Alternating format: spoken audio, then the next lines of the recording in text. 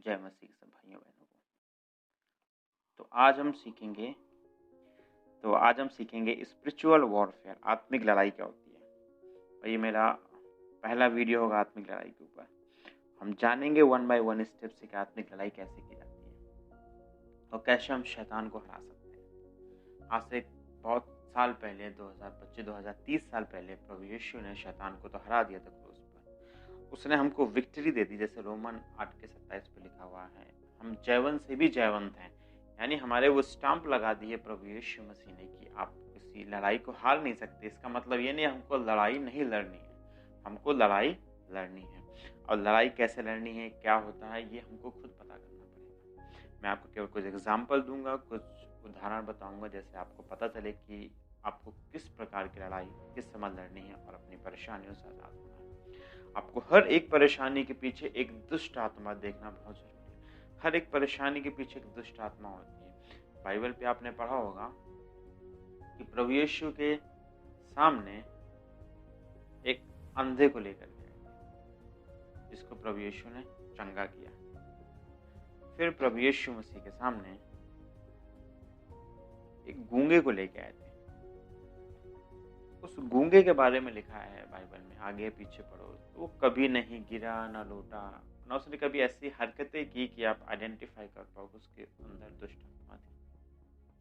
लेकिन बाइबल बताती है प्रभु यीशु ने उस डीमंस को डांटा, बीमारी निकली, दुष्ट आत्मा निकली। तो कुछ ऐसे हिस्से हमारे जीवन पे भी लग जाते हैं जिसमें हमको लगता है डॉक्टरी इलाज कराना चाहिए, या शारीरिक परेशानी है, या कुछ चीज़ ऐसी जो आपके जनरेशन से चली आ रही है, लेकिन आपको पता नहीं चल रहा एक्चुअल में है क्या। लेकिन आपको लगता है मेरा समय खराब है, मेरा फ्यूचर अच्छा नहीं है, आज का दिन अच्छा नहीं था। डिफरेंट चीज़ें, डिफरेंट थॉट्स आते हैं हमारे जीवन में। लेकिन परमेश्वर ने एक बात बोली बाइबल में, कल का दिन तुम्हारे लिए और अच्छा होगा। अगर कल का दिन तुम्हारे लिए खराब हो रहा है तो कुछ ना कुछ वहां पर है जो तुम्हारे दिन को खराब कर रहा है।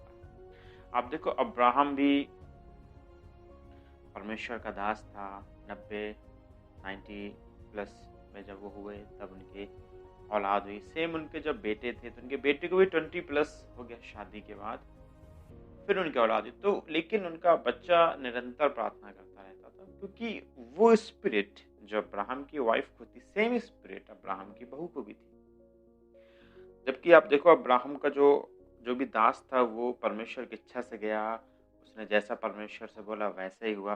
वो जो लड़की जो अब्राहम के लड़के के जीवन पे आई थी, वो परमेश्वर की इच्छा से थी।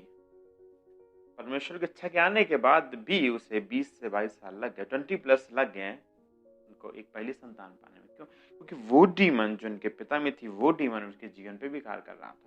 तो ऐसा हो सकता है कभी कि आपकी सास को कुछ बीमारी रही हो, सास को कुछ परेशानी रही हो, किसी चीज़ पे कभी बढ़ नहीं पाए, या कोई एक ऐसी बीमारी जो चली आ रही है जनरेशन से, वो आपकी वाइफ को भी हो गई हो, या आपकी वाइफ के ससुराल से या वो आपकी वाइफ के मायके से वो दिक्कत परेशानी चली आ रही है, वो अब आपको लग रही है। तो ये जनरेशन से जो चला आ रहा है, ये कर्स है जिसे एक डीमन लेकर के चल रहा है आपके जीवन पे।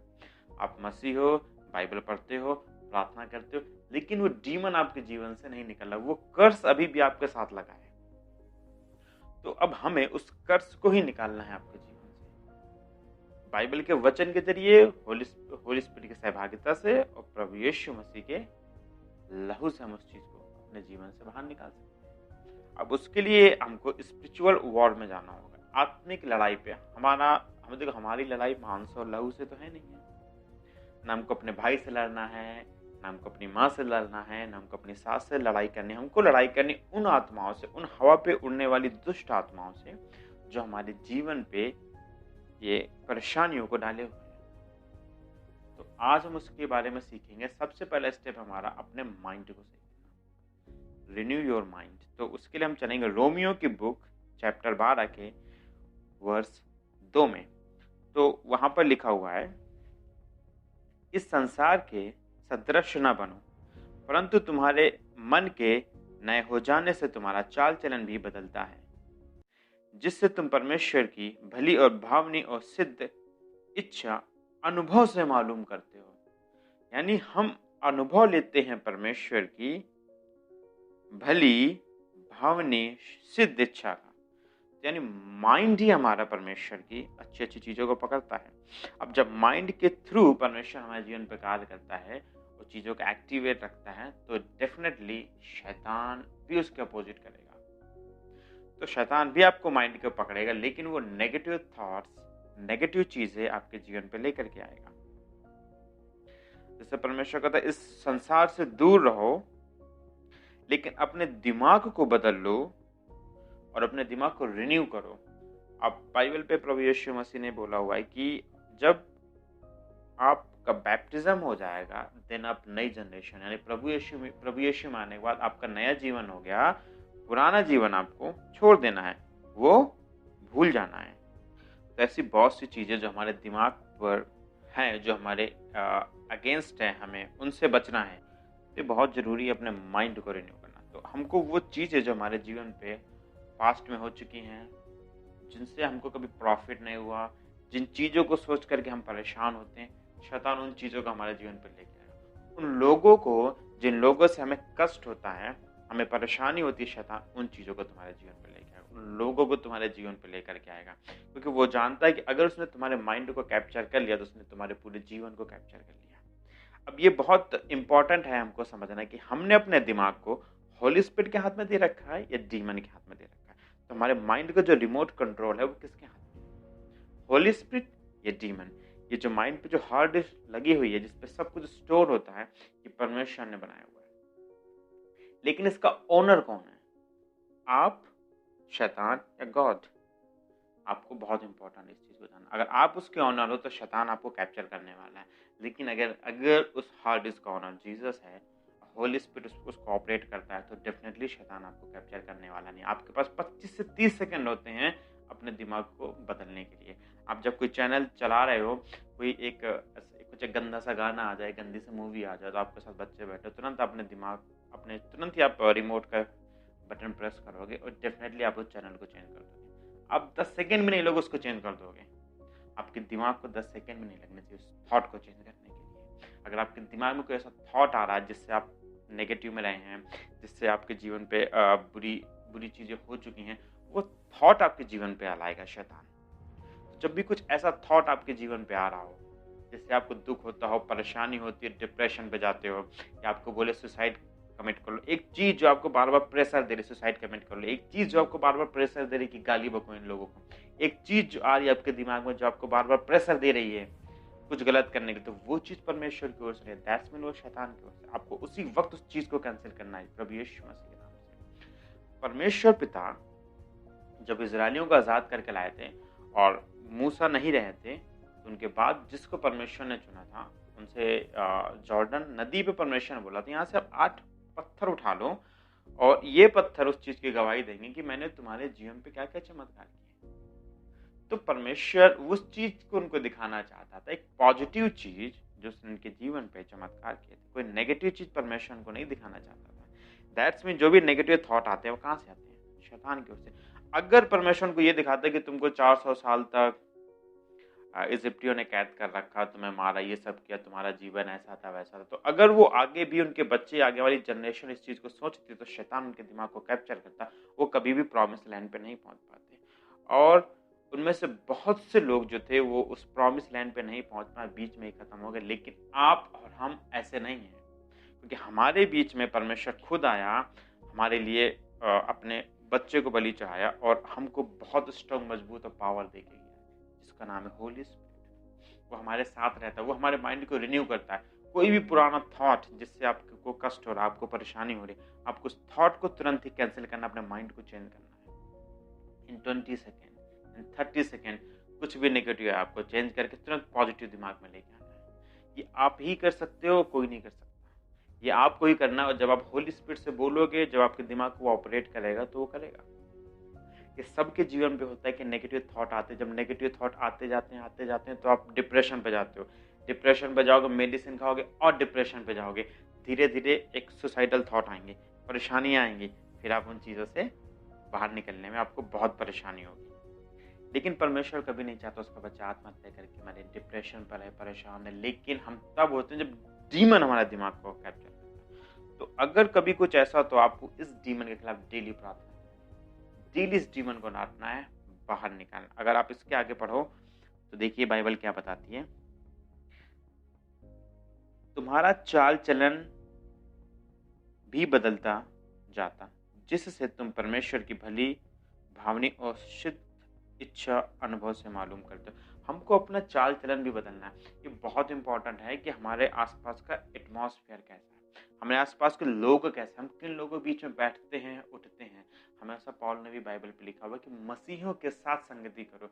और मतलब प्रभु क्यों चाहता हम चर्च में जाएं, जबकि हमारा शरीर परमेश्वर का मंदिर। हम तो घर में भी प्रार्थना आराधना कर सकते हैं, बाइबल पढ़ सकते हैं, लेकिन हमको इसलिए परमेश्वर ने बोला वहां पर जाओ चर्च में, क्योंकि आपको वहां का माहौल जो होगा वो एक होली माहौल होगा।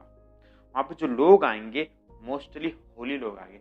जब आप पवित्र बनने जाओगे तो आप जैसे बहुत से लोग होंगे जो वहां पर पवित्र बनने आएंगे, तो होली माहौल होगा, परमेश्वर की बातें होंगी, उसकी महिमा होगी, उसका धन्यवाद होगा। उस 1-1.5 घंटे जो भी होगा परमेश्वर की महिमा और धन्यवाद होगा, तो आपका माहौल बदलेगा, आप परमेश्वर के बीच में रहोगे। अगर आप ऐसे लोगों के बीच में रहोगे जो गाली देते हैं, अगर आपका कोई दोस्त है जो 4 दिन 6 दिन 10 दिन आपके साथ रहे, अगर आपको डेली गाली दे करके बात करता है, तो ब्रदर आपके दिमाग से गाली जरूर निकलने वाली है, वो जरूर गाली निकलने वाली है। अगर कोई चोर आपके साथ रहता है जो 24 घंटे चोरी करता है, गंदी सिंधी बातें करता है चोरी वाली, तो आपके दिमाग में चोरी जरूर आने वाली है। तो ये माइंड को रिन्यू करना आपके आपके ऊपर डिपेंड करता है। आपको किस चीज को माइंड पे स्टोर करना है, किस चीज को माइंड से बाहर निकालना है।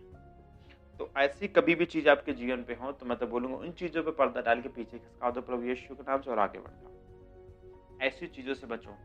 घर में आपके क्लेश हो, परेशानी हो, आपका भाई आपको परेशान करता हो, डेली कुछ ना कुछ ऐसी एक्टिविटी करे जो आपके जीवन पे परेशानी आ रही है, आपको समझ में नहीं आ रहा क्या करूँ ना क्या ना करूँ, लेकिन आपको पता होना चाहिए क्योंकि डीमन आप पे अटैक नहीं कर पा रहा, तो अब उसने आपके भाई को पकड़ रखा आपके जीवन पे खलबली मचाने के लिए। वो आपके जीवन पे खलबली मचाएगा, आपको गुस्सा आएगा, आपको जो उल्टा सीधा बकोगे और आप तुरंत परमेश्वर की उपस्थिति से बाहर होगे, क्योंकि आपका दिमाग रिन्यू ना होकर के बैड रोड चला जाएगा। आपके दिमाग में बुरी चीजें आ जाएंगे तो आप परमेश्वर से ऑटोमेटिक दूर हो जाओगे।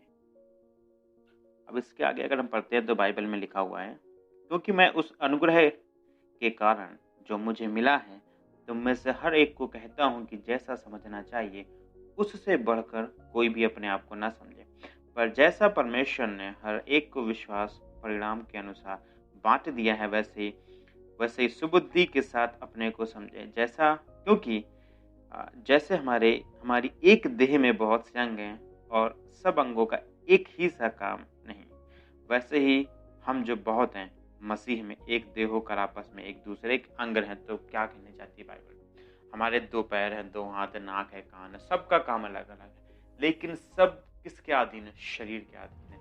हम बहुत से लोग हैं, भाई बहन है बहुत से, हम बहुत सी कलीसिया हम जाते, बहुत से चर्च हैं, डिफरेंट डिवीजन बने हुए हैं चर्च के, लेकिन परमेश्वर करा आप यहाँ पर खूब डिफरेंट अंग की तरह काम करो, लेकिन फाइनली आप सब मेरी ही देह की अंग हो।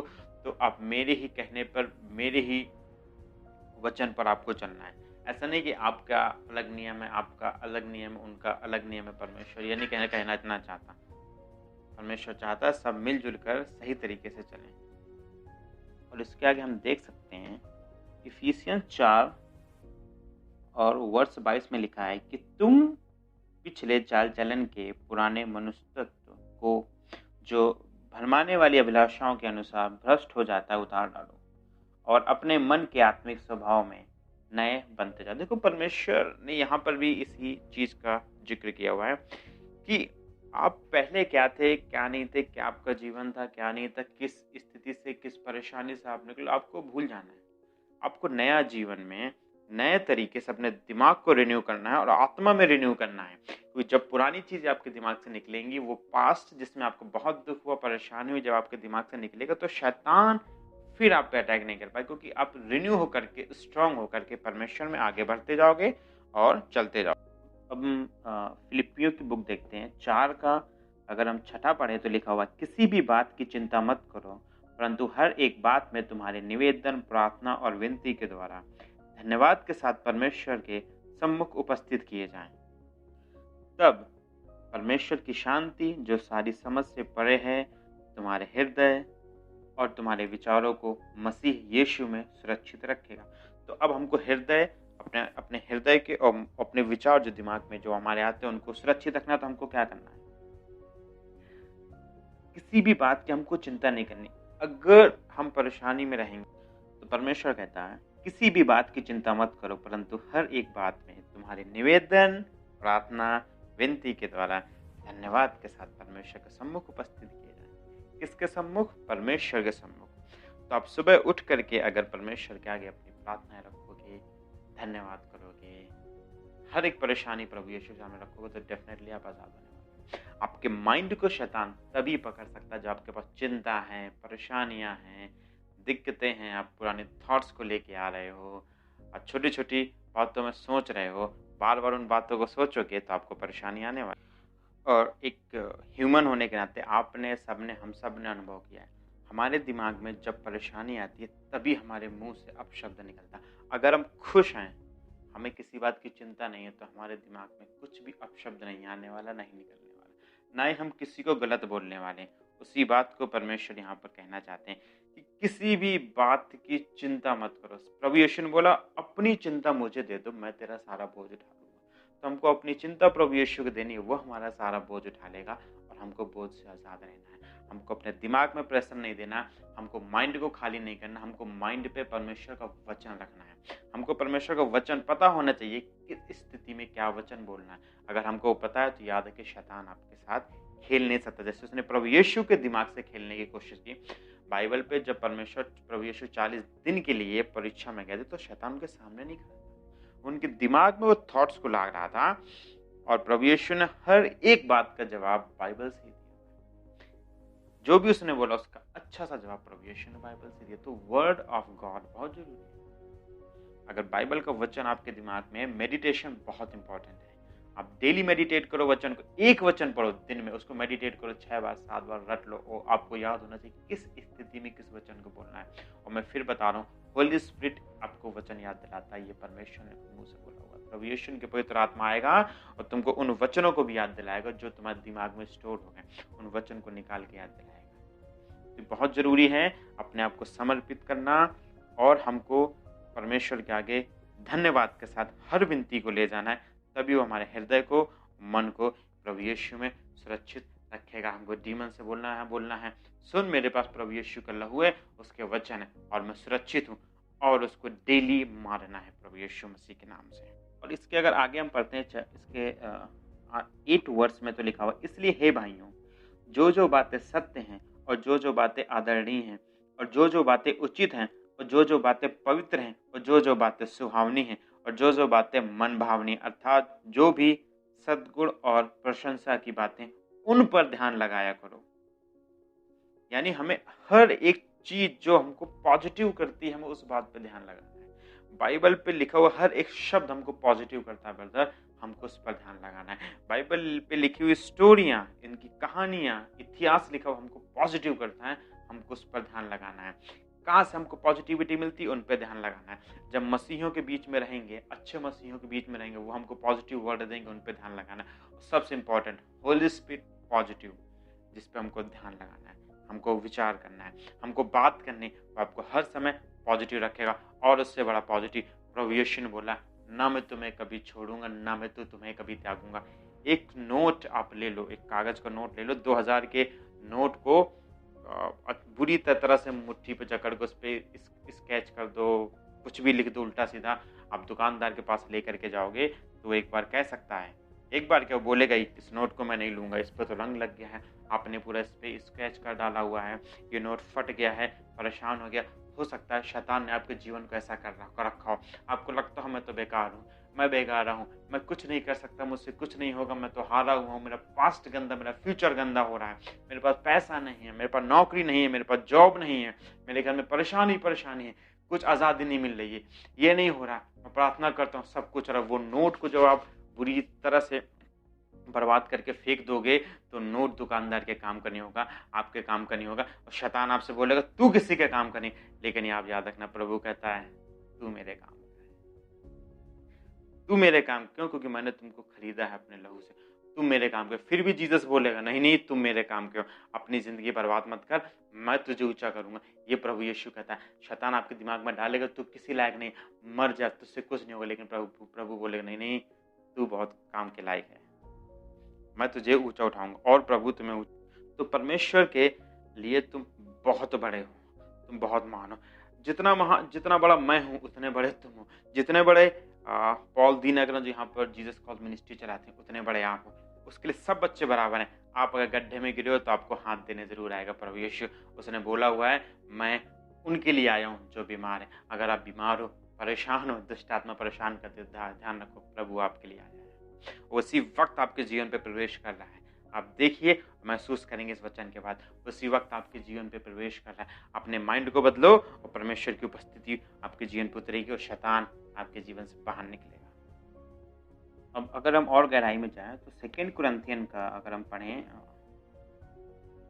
4 तो लिखा हुआ क्योंकि हमारी लड़ाई के हथियार शारीरिक नहीं पर गढ़ों को ढा देने के लिए परमेश्वर के द्वारा सामर्थ्य है। इसलिए हम कल्पनाओं का और हर एक ऊंची बात का जो परमेश्वर की महिमा के विरोध में उठती है खंडन करते हैं और हर एक भावना को कैद करके मसीह का आज्ञाकारी बना देते हैं और तैयार रहते हैं कि जब तुम्हारा आज्ञा पालन पूरा हो जाए तो हर प्रकार के आज्ञा उल्लंघन को दंडित करे। देखिए इसी बात को यहाँ पर भी पौलुस ने बोला हुआ है। जब उसने कुरिन्थियन को ये किताब लिखी उसने बोला क्योंकि हमारे हथियार लड़ाई के जो हथियार है हमारे वो शारीरिक नहीं, तो हमको शरीर से लड़ाई नहीं लड़नी। हमारी लड़ाई मांस और लहू से, हमारे भाई से, दोस्तों से, रिश्तेदारों से नहीं। हमारी लड़ाई उन हवा में उड़ने वाले उन दुश्मनों से है, दिमाग में आने वाले उन गंदे विचारों से हैं। तो उसी के आगे उसने लिखा हुआ जो परमेश्वर की पहचान के विरोध में उठती है उसका खंडन करते हैं। परमेश्वर के पहचान के विरोध में क्या उठता है? परमेश्वर की पहचान क्या है? सत्य, पावरफुल, अपने वचन पे स्थिर रहने वाला परमेश्वर। अपने पुत्र को उसने दिया हमारे जीवन पर जो हमारे लिए मरा और तीसरे दिन मुर्दों में से जी उठा। परमेश्वर ने हमको बनाया किसकी इमेज में? अपनी इमेज में परमेश्वर ने हमको बनाया हुआ। हम परमेश्वर जैसे दिखते हैं। तो इन सारी चीजों का खंडन करने कौन आता है? शैतान। वो आपके दिमाग में खंडन करने आएगा, तुम कुछ नहीं कर सकते, तुम परेशान होगे। लेकिन परमेश्वर का वचन कहता है प्रभु यीशु में तुम सब कुछ कर सकते हो। वो कहता है परमेश्वर ने तुम्हें छोड़ दिया, अब तुम मर जाए, तुम किसी काम करें, लेकिन परमेश्वर कहता है ना मैं तुम्हें कभी छोड़ूंगा, ना मैं तुम्हें कभी त्यागूंगा। लोग तुमसे जलते हैं, तुम्हें परेशान करते हैं, लेकिन परमेश्वर कहता है मैं तुमको इतना बढ़ाऊंगा, जो जलते हैं वो और जलेंगे। तो ये सारी चीज़ों, ये सारी जो गंदी भावनाएं आती हैं, ये उन शब्दों के खिलाफ आती हैं जो परमेश्वर ने हमारे जीवन पे बहुयायत से देने के लिए हमको भेजे हुए। इसी चीज को पौलुस भी बोल रहा है, इसको खंडन करना चाहिए। हमें रात में कोई ड्रीम आता है गंदा सा, हमने देखा किसी ने हमारे घर पे नुकसान किया, हमें सुबह उठ करके उस ड्रीम को भूलना नहीं है ब्रदर। हमें सुबह उठ करके प्रभु यीशु मसीह के नाम से पहले उस ड्रीम को, उन पे आने वाले डीमंस को कैंसिल करना है। सिंपल सा, प्रभु यीशु के लहू से हम जीते हुए, प्रभु यीशु मसीह के नाम से आज्ञा देते हैं ये स्वप्न कैंसिल हो जाए। जो कुछ भी एक्टिविटी शैतान ने चली इसी वक्त कैंसिल हो जाए जीसस ने, वो ड्रीम तुरंत कैंसिल हो जाएगा। आपके पास इतनी पावर है, आपके पास इतनी पावर परमेश्वर ने दी है। हर एक बात को जो आपके दिमाग में आती है परमेश्वर का आज्ञाकारी बना दो, बाइबल बताती है। हर एक चीज जब आप परमेश्वर के आज्ञाकारी बनोगे तो जाहिर सी बात आप गलत नहीं करोगे। जिसकी 10 कमांडमेंट्स आप वो फॉलो करोगे, उसके जो वचन है वो पकड़ के चलो। आज्ञाकारी का क्या मतलब होता है? आपका गुरु जो बोलेगा वो करोगे। आप आज्ञाकारी, उसने बोला यहाँ बैठ जा, बैठोगे। उसने बोला प्रचार कर, आप प्रचार करोगे। उसने बोला 4 घंटे बाइबल पढ़ा, 4 घंटे बाइबल पढ़ोगे। आपका गुरु जो आपसे कहेगा वो बनेगा। तो आपको सारे विचारों को क्या बना देना है? प्रभु यीशु मसीह का आज्ञाकारी बना देना है और उसके लव से सब चीजों को कवर कर देना है। और तैयार रहते हैं जब तुम्हारा आज्ञा पालन पूरा हो जाए तो हर प्रकार की आज्ञा उल्लंघन को दंडित करें। तो जब आप प्रभु यीशु में आ जाओगे, परमेश्वर में अच्छी तरह से आप आज्ञाकारी में चलोगे, उसके नियम कायदों को मानोगे, तो जो भी जवान आपके खिलाफ उठी है आप उसका खंडन करोगे प्रभु यीशु मसीह। आपको हर एक चीज को बाइबल बोलती है कैंसिल करना है। प्रभु यीशु में आगे आज्ञाकारी में चल के, इसका मतलब ये नहीं कि क्लेश परेशानी नहीं आएगी। अगर किसी ने आपके लिए अपशब्द बोला, आपके घर के लिए, आपके घर में श्राप दिया, कोई डीमन आके श्राप दे रहा, तो आपको कैंसिल करना है। जब डीमन आपके घर में श्राप देगा तो उसका इम्पैक्ट आपको दिखना शुरू हो जाएगा। जब किसी चीज का आपको इम्पैक्ट दिखने लगे ब्रदर, तो आप उसको इग्नोर नहीं करना है, आपको उसे तुरंत प्रार्थना से कैंसिल करना है। अगर घर में एकदम से बीमारी आ रही है, एक बीमार हुआ, ठीक हुआ, सेकंड बीमार होगा, तो इसका मतलब एक दुष्ट आत्मा श्राप दे करके आपके घर में चली गई है और आपको अब प्रार्थना से उस दुष्ट आत्मा के श्राप को कैंसिल करना है। प्रार्थना करना कोई बहुत बड़ी बात नहीं। आप सोचो 4-4, 6-6 घंटे बैठ के प्रार्थना करो, प्रभु को धन्यवाद करो, नाचो गाओ, नहीं, ये प्रार्थना नहीं। 10 मिनट बैठ करके प्रार्थना करो प्रभु यीशु मसीह की, और होली स्पिरिट की सहभागिता में और तुरंत प्रभु यीशु के लहू से अपने घर को, अपने घर वालों को ढक दो, उनके सर में हाथ रख के प्रार्थना करो और केवल विश्वास रखो, चंगाई आप देखोगे। तो डीमन आपके घर से भागेगा। जरूरी नहीं कि डीमन आपको दिखे कि मैं भाग रहा हूँ, इससे इंपॉर्टेंट नहीं है। आपको फेथ रखना है, आपने प्रार्थना की और हो गया, और डीमन आजाद हो गया, वो डीमन से आजाद हो गया। ये आपको करना है। सडनली कोई भी चीज आपके जीवन पे आ सकती है, आपको उसे कैंसिल करना। एकदम से आपके बिजनेस पे लॉस में लॉस होता चला जा रहा है, आप पूरी कोशिश कर रहे हो लेकिन आप उस पर उभर नहीं पा रहे हो। आपको समझना चाहिए एक डीमन आकर के श्राप दे करके आपको चला गया है। आपको श्राप को कैंसिल करना है, उस डीमन को बाहर निकालना है। उस डीमन आपके जीवन से बाहर निकलेगा, तुरंत ही आप आजाद हो जाओगे। आपका बिजनेस भी बढ़ने लगेगा और प्रॉस्पर करने लगेगा। तो अब हम एक वचन और देखेंगे। यशायाह भविष्यद्वक्ता की बुक है और उसके चैप्टर 26 के अगर हम वर्स 3 को देखें तो क्या लिखा हुआ है। जिसका मन तुझमें धीरज धरे हुए है, उसकी तू पूर्ण शांति के साथ रक्षा करता है, क्योंकि वह तुझ पर भरोसा रखता है। तो धीरज धरे हुए जो परमेश्वर पे, तो परमेश्वर से क्या करता है, रक्षा करता है। जो शांति से चुपचाप परमेश्वर पे मन धरे हुए, यानी कि मन विचलित है, परेशान है, आपने अपना बोझ उठा करके प्रभु यीशु को दे दिया, अब आपके दिमाग में शांति आ गई, अब परमेश्वर को वो बोझ मिल गया प्रभु यीशु को। तो आप ये नहीं बोलोगे 2 घंटे में काम हो जाए, 10 दिन में काम हो जाए, प्रभु 15 दिन हो गए मेरा काम नहीं हुआ, प्रभु 1 महीने हो गए मेरा काम नहीं हुआ। अब आपको चुप रहना है, कुछ नहीं बोलना, शांति से रखो। परमेश्वर कहता है अब तू शांति रख और मुझ पर भरोसा रख। और क्या बोला, उसकी तू पूर्ण शांति के साथ रक्षा करता, रक्षा करेगा जो तुम्हारी। तो तुम्हारी जो भी परेशानी तुम्हारे जीवन पे, प्रभु उसको बाहर निकालेगा, लेकिन अपने समय के अनुसार। आप तुरंत ही जा करके प्रभु यीशु से नहीं बोल सकते मेरे पिता आज मैंने बोझ दिया है, अब मुझे उसका फल दे। उसके आगे क्या लिखा है, यहोवा पर सदा भरोसा रख, क्योंकि प्रभु यहोवा सनातन चट्टान है। वो ऐसी चट्टान है जिसे कोई हिला डुला नहीं सकता। तो परमेश्वर पे भरोसा रख, धैर्य रख। प्रभु को जो तूने दिया है, परमेश्वर उन सब चीजों को तुम्हारे जीवन पे संपन्न करके तुमको अच्छी तरह से बनाएगा और आगे बढ़ाने वाला। इसलिए हम एक वचन अभी और देखते हैं, लास्ट वचन, वो रोमियो का चैप्टर 8 में अगर आप जाते हैं तो वर्स 4 में लिखा हुआ है, इसलिए कि व्यवस्था की विधि के अनुसार जो शरीर के अनुसार नहीं वरन आत्मा के अनुसार चलते हैं पूरी की जाए। क्योंकि शारीरिक व्यक्ति शरीर की बातों पर मन लगाते हैं, परंतु आध्यात्मिक आत्मा की बातों पर मन लगाते हैं। शरीर पर मन लगाना तो मृत्यु है, परंतु आत्मा पर मन लगाना जीवन और शांति है। क्योंकि शरीर पर मन लगाना तो परमेश्वर से बैर रखना है, क्योंकि न तो परमेश्वर की व्यवस्था के अधीन है और ना हो सकता है, और जो शारीरिक दशा में हैं वे परमेश्वर को प्रसन्न नहीं कर सकते। तो अब यहाँ पर परमेश्वर को प्रसन्न करने के लिए एक लिखा हुआ है कि फेथ ही परमेश्वर को प्रसन्न कर सकता है। लेकिन यहाँ पर यह भी बाइबल पे लिखा हुआ रोमियो की बुक में कि आप अगर शरीर के द्वारा चलोगे तो आप परमेश्वर को खुश नहीं कर पाओगे। और ये बिल्कुल इस बात को मैं मानता हूँ कि अगर आप शरीर के द्वारा चलोगे तो परमेश्वर को प्रसन्न नहीं कर पाओगे। क्योंकि अगर मैं उसी माइंड को लेकर के बात करूँ तो आप उन्हीं पुरानी दशाओं में, पुरानी चीज़ों पर चले जाओगे जिसने आपको कष्ट दिया, परेशानी दी। अगर आपको 6 साल हो गए, आपके घर नहीं है, आपके बैंक बैलेंस नहीं है, आपकी नौकरी नहीं है, तो आप उन्हीं चीज़ों पे सोचते रहो। क्यों? क्योंकि आपको अपने शरीर को संतुष्ट करना चाहते हो, आप परमेश्वर को खुश करना नहीं चाहते। अगर आप परमेश्वर को खुश करना चाहते हो, संतुष्ट करना चाहते हो, तो अपना बोझ प्रभु यीशु को दोगे और चुप रहोगे और शांत रहोगे और आत्मा में प्रार्थना करते रहोगे और होली स्पिरिट पे विश्वास रखो। और आत्मा में आगे बढ़ना, प्रार्थना करना या आत्मा में बनना क्या है, इसके आगे लिखा हुआ चैप्टर, इसके आगे वर्स 9 पे, परंतु जबकि परमेश्वर का आत्मा तुम में बसता है तो तुम शारीरिक दशा में नहीं परंतु आत्मिक दशा में हो। तो आत्मिक दशा में होने क्या मतलब, जब आप पवित्र आत्मा में हो करके प्रार्थना करो, यानी परमेश्वर का आत्मा होना आपके अंदर बहुत जरूरी है। और हर एक इंसान को परमेश्वर का आत्मा दिया गया है। बाइबल पे लिखा हुआ है जिसके पास मांस है उसे होली स्पिरिट मिला हुआ है। सो आपके पास होली स्पिरिट है, जरूरी नहीं कि आप अन्य भाषा में बात करो, लेकिन आपके पास पवित्र आत्मा है। इस चीज का आपको विश्वास रखना चाहिए। इसके आगे लिखा हुआ है तो तुम शारीरिक दशा में नहीं परंतु आत्मिक दशा में हो। यदि किसी में मसीह का आत्मा नहीं तो वह उसका जन नहीं। साफ साफ बाइबल मना कर देती है। अगर आपके पास होली स्पिरिट नहीं है तो आप प्रभु यीशु मसीह के नहीं, तो ना आप अपना बोझ उसे दे सकते हो, ना आप उससे ना आप बहुत अच्छी प्रार्थना में जाओगे, ना आप बुरे थॉट निकाल पाओगे मन से, ना आप डीमंस को जीवन से बाहर निकाल पाओगे, ना आप बीमारियों को बाहर निकाल पाओगे। लेकिन अब इस चीज़ से ये मत समझना कि आपके पास होली स्पिरिट नहीं है, अब आप क्या करो, अब प्रार्थना नहीं कर पाओगे।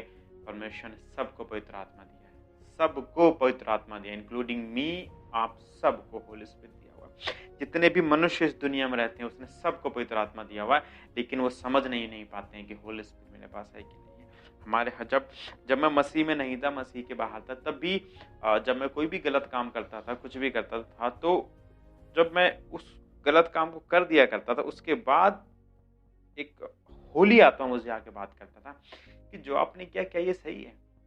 आज आपने जो गुस्सा किया क्या ये ठीक है आपने किया हुआ है? क्या ये सही? तो आप यहाँ से अंदाजा लगा सकते हो, जब आप गुस्से में किसी काम को करते हो, जब तक आप गुस्से में रहोगे तब तक आपके दिमाग में वो चीज़ चलती रहेगी। लेकिन जैसे आप शांत हो जाओगे और होली स्पिरिट आकर के आपको समझाएगा, तब आपको समझ में आएगा कि हाँ, मैंने गलत किया। ये मेरे जीवन पे हुआ है, आई होप आपके साथ भी हुआ होगा ऐसा बहुत। तो इसका मतलब जब मैं मसीह में नहीं था उस समय भी होली स्पिरिट मेरे मेरे साथ था, लेकिन मैं उसको होस्ट नहीं कर पाता था। मसीह में आने के बाद, बाइबल पढ़ने के बाद मैं उसको अच्छी तरह जान गया, समझ गया, और अब मैं होली स्पिरिट को होस्ट कर लेता हूँ। अब उनके साथ चल लेता हूँ। अब हम परमेश्वर को अपना दुख, जो भी चिंता है, सब कुछ दे देते हैं। तो पहला चीज़ अपने माइंड को रिन्यू करना है। जब अपने माइंड को आप रिन्यू कर लोगे और आप उस परेशानी के पीछे क्या दुष्ट आत्मा है, तो आपका पहला स्टेप है स्पिरिचुअल वॉरफेयर में आप आगे हो जाओगे। आप पहले स्टेप में शैतान को हराने वाले हो प्रभु यीशु मसीह के नाम में। आज से, अभी से शैतान आपके जीवन से बाहर निकलने वाला है प्रभु यीशु मसीह के नाम से, क्योंकि आप अपने माइंड को रिन्यू करने वाले हो और आप फ्री होने वाले हो प्रभु यीशु मसीह के नाम से। ना कोई बीमारी, ना कोई परेशानी, ना कोई क्लेश आपके जीवन पे आने वाला है। You are free in Jesus name. शैतान आपके दिमाग में डर लेके आता है और डर के द्वारा वो काम करता है। मैंने एक पास्टर की गवाही सुनी थी। वो रात में प्रार्थना कर रहा था, प्रार्थना करके जब उठा तो शैतान उसके सामने खड़ा हुआ और बोला कि अगर तू लाइट को चालू कर देगा तो मैं भाग जाऊंगा यहाँ से, तो मतलब मैं यहाँ से चला जाऊंगा। हालांकि बाइबल पे ऐसा नहीं लिखा, परमेश्वर ने भी ऐसा नहीं बोला। उस पास्टर ने बोला नहीं नहीं, तू तो मेरे जो वचन है परमेश्वर का और जो मेरा विश्वास है, तो उस विश्वास को बर्बाद करने आया हुआ है। उसने बोला मैंने 15 से 20 सेकंड प्रार्थना की, प्रभु यीशु मसीह का लहू तुझ पे गिरे, तू बंध जा, उसी वक्त नरक की आग में जले और तू जल करके रोस्ट हो जा। कहते 15 सेकंड तक वो जब डीमन वहां से भाग गया, लाइट वैसे बनती अंधेरे में था। तो शक डालने आता है हमारे जीवन में, वचन से खेलने आता है। लाइट खोलने से क्या, शैतान अगर भागने लगे तो रात भर आप लाइट जला के रह सकते हो, डीमन का आने की जरूरत नहीं है। दिन में सूर्य की रोशनी होती, डीमन आपके जीवन पे क्यों अटैक करता है? रात आप मोस्टली नाइट आपके यहाँ लाइट जलती है, हर रास्ते में आप देखो आजकल तो स्ट्रीट लाइट, रोड लाइट लगी हुई है, वहां डीमन क्यों आता है? वो केवल आपके दिमाग से खेलने आता है। अगर आपके पास अगर उस पास्टर के पास वो वचन नहीं होता तो डेफिनेटली वो फंस करके परमेश्वर के अनुग्रह से दूर हो जाता। और जैसे आप परमेश्वर से दूर होते, शैतान आपके दिमाग को कैप्चर करके रिमोट अपने हाथ में लेकर के उसका बटन प्रेस करना शुरू कर देता है और अपनी इच्छा के अनुसार आपके दिमाग में डालना शुरू कर देता है। तो पहला तो था ये रिन्यू योर माइंड। अब मैं सोशल मीडिया से कैसे डीमन आप पे अटैक करता है, मैं नेक्स्ट वीडियोस और ऑडियो जो भी है उसके लिए बनाऊंगा और होली स्पिरिट से प्रार्थना करूंगा ताकि मुझे उसके लिए अच्छे अच्छे वर्ड्स वचन दे, ताकि मैं आपको समझा सकूं। चलिए मैं अभी आप सबके लिए प्रार्थना करता हूँ। मुझे पता है परमेश्वर मेरी प्रार्थना जब बहुत तेजी से देता है, लोग चंगे और आज़ाद होंगे। इसी वक्त आप भी आज़ाद और चंगे होंगे प्रभु यीशु मसीह के नाम से। जितनी भी परेशानी, कुछ भी क्लेश आया ब्रदर, आप केवल इस प्रार्थना को रिसीव करना और आप डेफिनेटली, मैं विश्वास के साथ बोलता हूँ, आप आज़ाद हो जाओगे। सो ब्रदर आंखें बंद करें और now you are gonna be free in Jesus. Thank you प्यारे पिता परमेश्वर, प्रभु यीशु मसीह, आपका धन्यवाद हो, महिमा हो। राजाओं के राजा, प्रभुओं के प्रभु यीशु आपकी महिमा। प्यारे पिता परमेश्वर, यहोवा Emmanuel, God, alpha and omega, first and last, आपका धन्यवाद मेरे प्यारे पिता। हर एक चीज़ के लिए मेरे पिता आपका धन्यवाद देता हूँ मेरे पिता। सुबह के लिए, शाम के लिए, रात के लिए मेरे पिता, हर एक वक्त के लिए आपका धन्यवाद देता हूँ मेरे प्यारे पिता परमेश्वर। ये जो बच्चे मेरे पिता आपको जो सुन रहे हैं इस वचन को और प्रार्थना को मेरे पिता, इनके जीवन पे इसी वक्त काम करे होली स्पिरिट प्रभु यीशु मसीह के नाम से। प्रभु यीशु के लहू से मेरे पिता इनके हर एक पाप मेरे पिता धुल जाए और ये पूरी तरह आज़ाद हो जाए इन जीसस ने मेरे पिता। हर एक बीमारी, क्लेश, दुष्ट आत्मा इनके जीवन से बाहर निकले इसी वक्त यीशु मसीह के नाम से मेरे पिता।